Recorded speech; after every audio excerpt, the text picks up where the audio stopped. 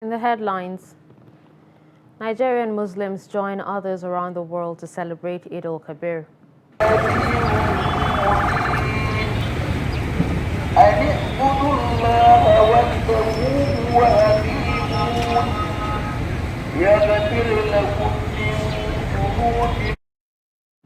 Two missing, four rescued as heavy downpour sweeps two vehicles in Lagos. Elon Musk terminates $44 billion Twitter deal. And on the foreign scene, Abe's body returns to his home as Japan grieves for slain ex-prime minister. Hello and welcome to Trust News Update. I'm Dashan Hussaina Usman.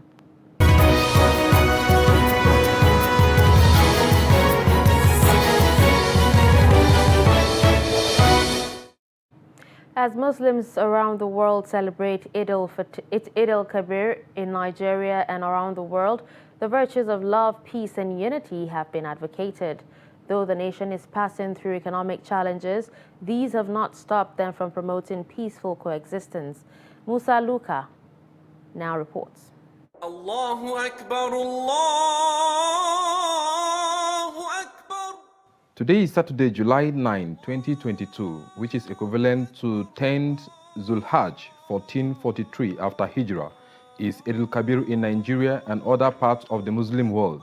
Muslims observe this annual event to commemorate the initial sacrifice made by Prophet Ibrahim alayhi salam, who saw a vision in which he was divinely commanded by Allah to offer his only son then as sacrifice. The PRO Nafsat Abuja branch, Abdul Kabir Bello, urged Muslims as encouraged by the teachings of Islam to extend a hand of fellowship to others within their immediate communities, especially the less privileged. Alhamdulillah for witnessing another beautiful Eid al-Adha. We praise Allah, we thank Him, we glorify Him for making us to witness another Eid al-Adha. There are a lot of people that we did the celebration last year, but by the grace of God, they are not alive today. But being alive is very important for us to be saying Alhamdulillah. So as we are celebrating, we also need to remember so many things and so many lessons to be learned from the history and the origination of the celebration of Eid al-Adha. May Allah continue to be our guide. May Allah make us to witness more Eid al-Adha.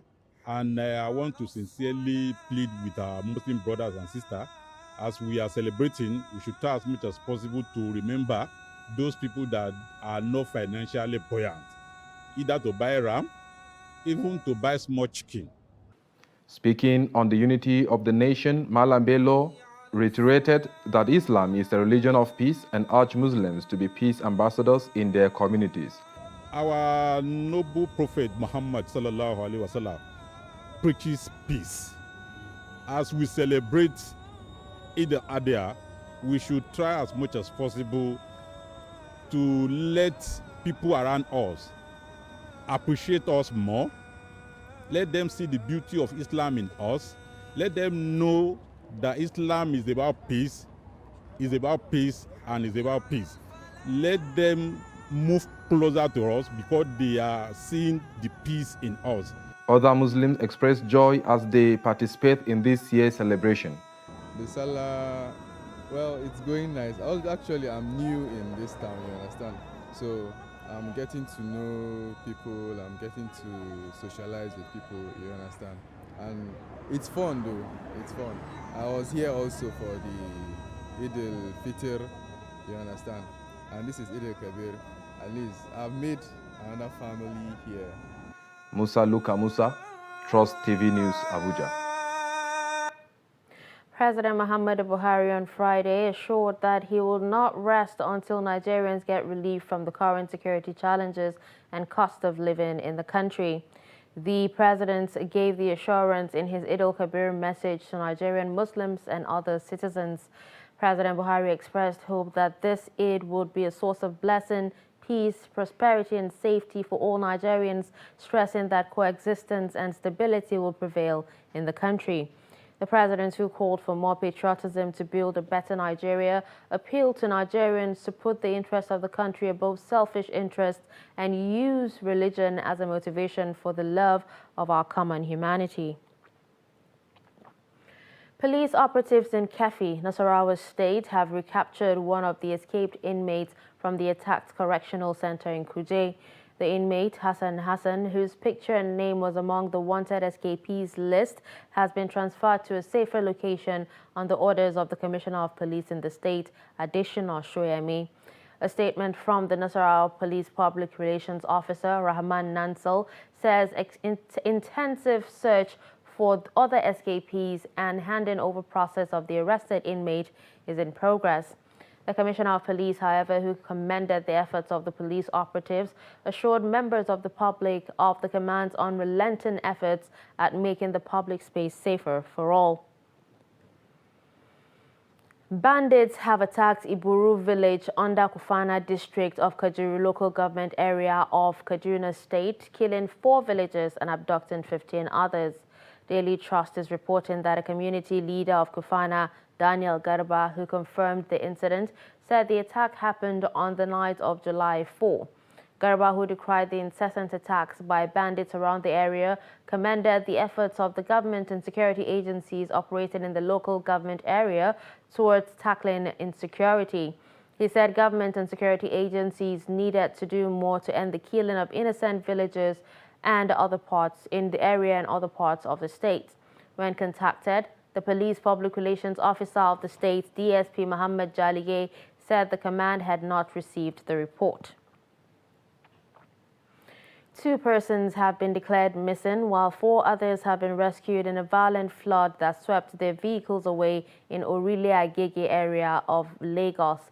The vehicles, a Lexus Jeep and a Toyota, were said to be carrying 3 people each along Fatoki Street, Agege, when the flood swept their vehicles into an uncompleted drainage in the area. Rescuers from both the National Emergency Management Agency and those from Lagos State Emergency Management Agency, as well as the fire service, were still searching for the 2 missing persons. Public Relations Officer of NEMA Southwest Region, Ibrahim Farin Loye, who confirmed the incident, said 4 persons were rescued alive.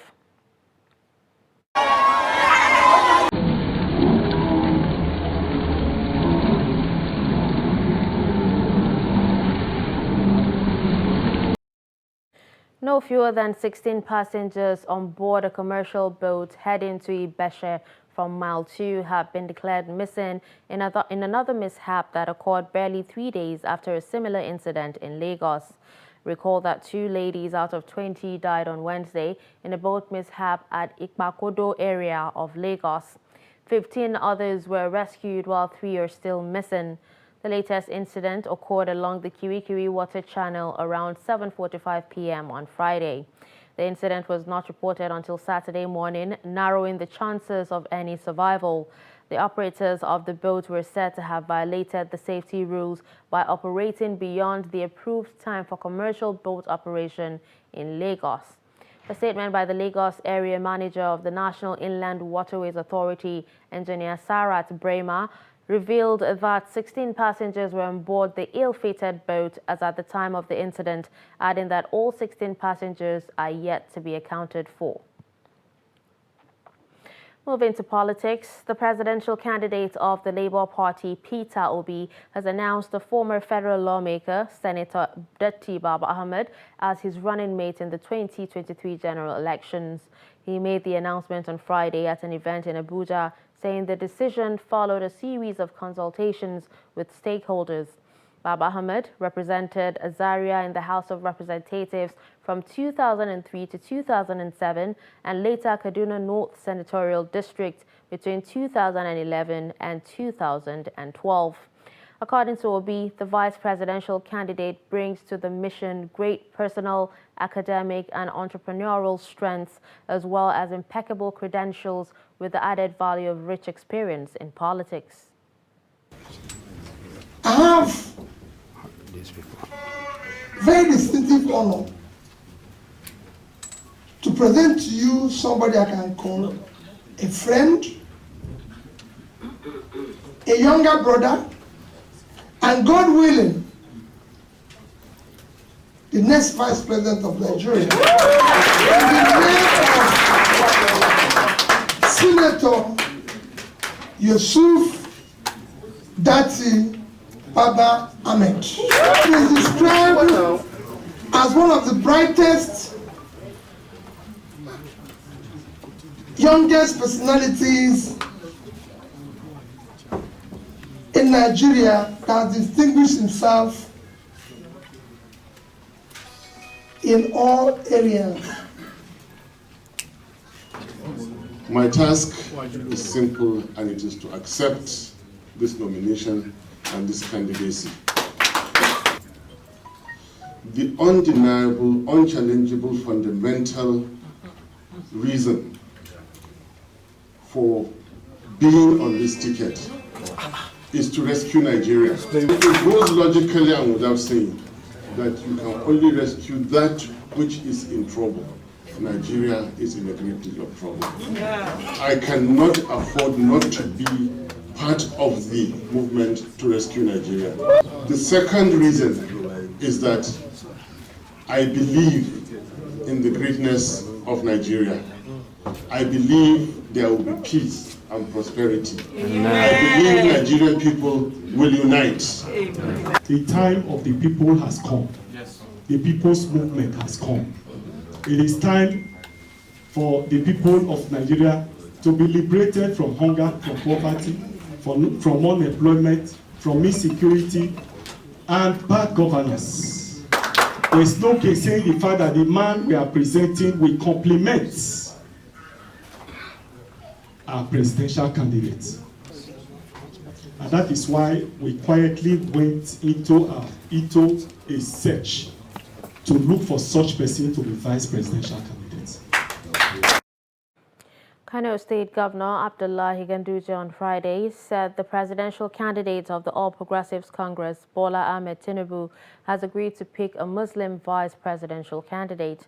He disclosed this at a gathering of about 100 clerics at the Kano State Government House as part of activities to mark Eid al-Kabir. Ganduje asked the clerics to pray for Tinubu to emerge as Nigeria's president come 2023.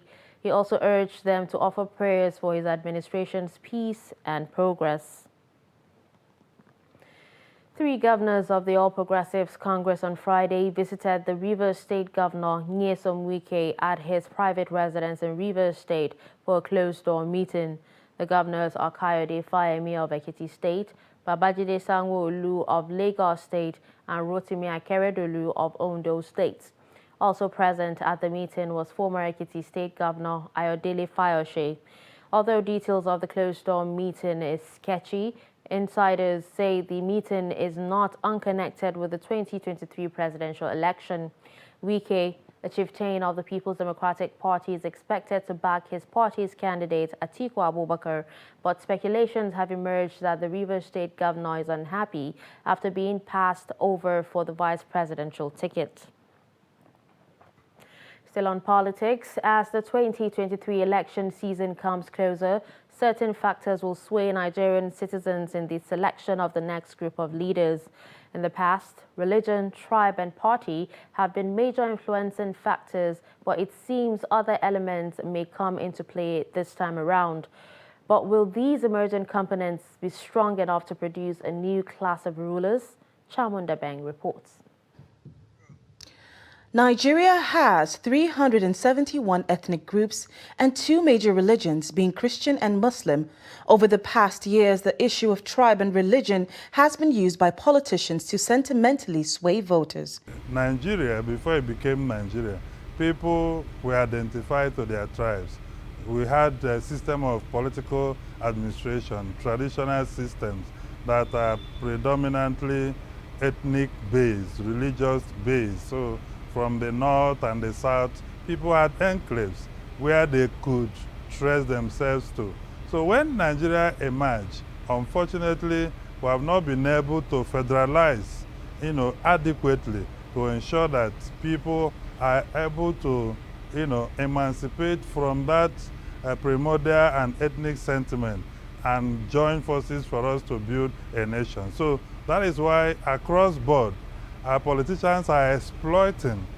These days, social media has become a major tool for political campaigns.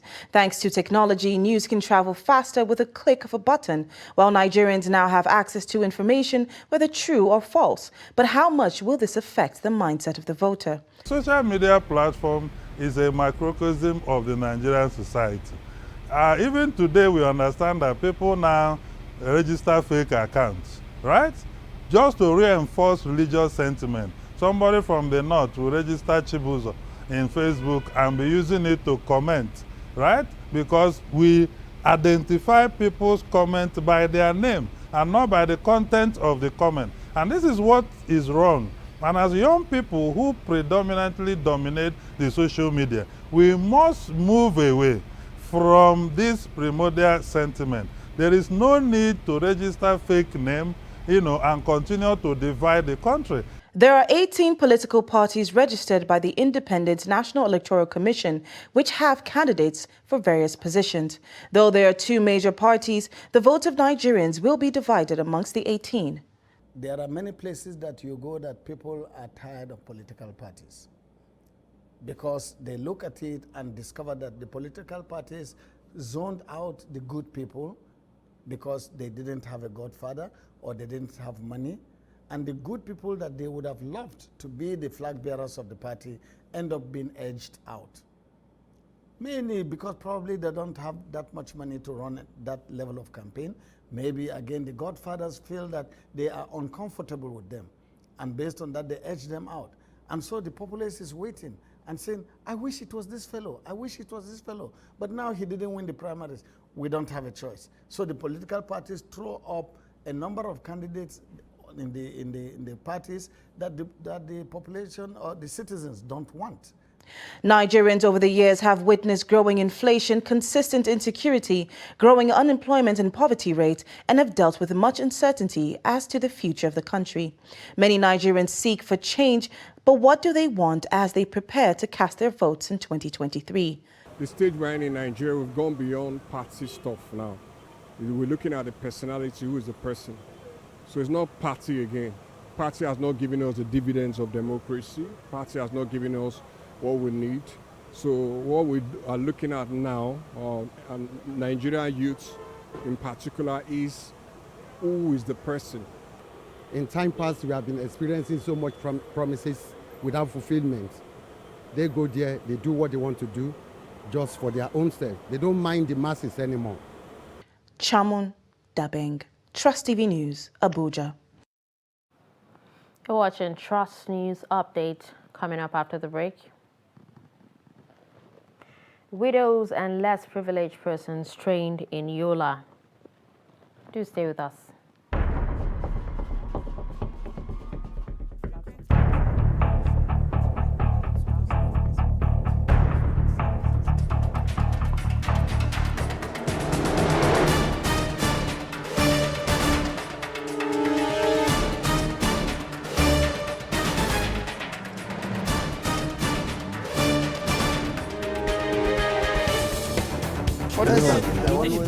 That's great.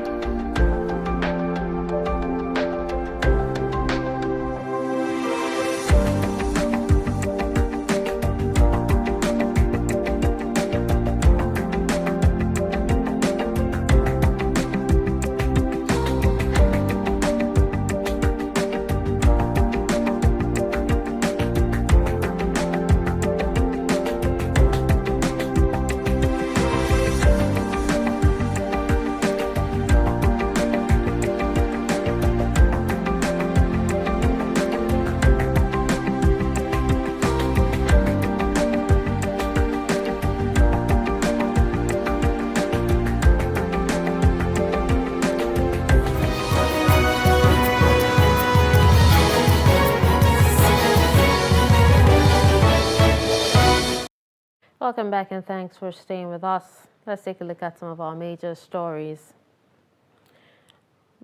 We told you that Nigerian Muslims join others around the world to celebrate Eid al-Kabir. We also told you that 2 missing, 4 rescued as heavy downpour sweeps 2 vehicles in Lagos. And now to more news. The hike in prices of rams and other sacrificial animals have made it impossible for many Muslims in Nigeria to offer their yearly rituals. Some residents in Lagos lamented how other food items for the celebration are also unreachable due to the high cost. Abbas Ibrahim Alibi visited some markets in Lagos and now reports. Eid al-Adha or Eid al-Kabir is an Arabic name for festival of the sacrifice celebrated by Muslims. Muslim faithful often mark their yearly ritual by slaughtering of rams and other sacrificial animals in honor of Prophet Ibrahim, who was to sacrifice his son Ismail as an act of obedience to Allah's command before Prophet Ibrahim could sacrifice his son. However, Allah provided him with a ram. But the hike in price of ram this year has made it difficult for many Muslims who want to observe the yearly ritual. Malam Muhammad, who sells rams at Abattoir Market, attributes the hike in prices of rams to high cost of diesel, which is used in transporting the animals from the northern part of the country to Lagos. In lokaci yazo da tsadar rayuwa da rahinta duk komai tashi zai.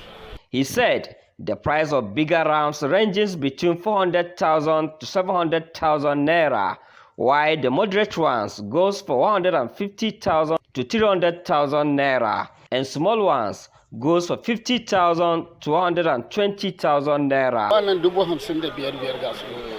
Wannan 200,000, wancan 230 The price of other commodities such as perishables and food items have also increased. The hope is for everyone have a peaceful Salah celebration. Though the prices are high, people should only buy what is affordable. From Lagos, Abbas Ibrahim Alibi, Trust TV, Lagos. Similarly, over 130 women have been trained in Yola to underscore the need to uplift women affected by insurgency in the Northeast. Stakeholders organized the empowerment event to support women affected by the Boko Haram crisis, as well as widows and other less privileged in the society. Salis Lawang reports. The over a decade-long insurgency in the northeastern part of Nigeria has dramatically affected the lives of women and girls living in the region, who are the most vulnerable. Over 2,000 women and girls are estimated to have been abducted since the start of the crisis. However, stakeholders and development partners are coming up with different programs and projects to ease the suffering of this vulnerable group in the communities. One of such is the 2-month rigorous training on tailoring and other small-scale businesses organized by a non-profit organization to give these women a sense of belonging. The women, who majority of them are widows, expressed gratitude to the Muslim Council for facilitating their assistance. I was trained to be a tailor, and I'm happy with these kits provided for us, and will go a long way in boosting and promoting our business, which will definitely assist us to meet our family needs.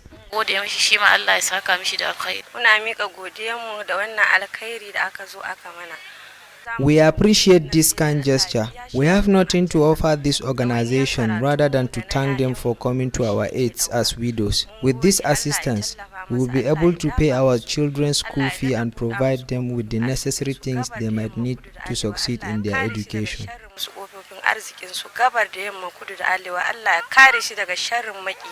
Malam Gambojika is the chairman Muslim Council of Nigeria, Adamawa State Chapter.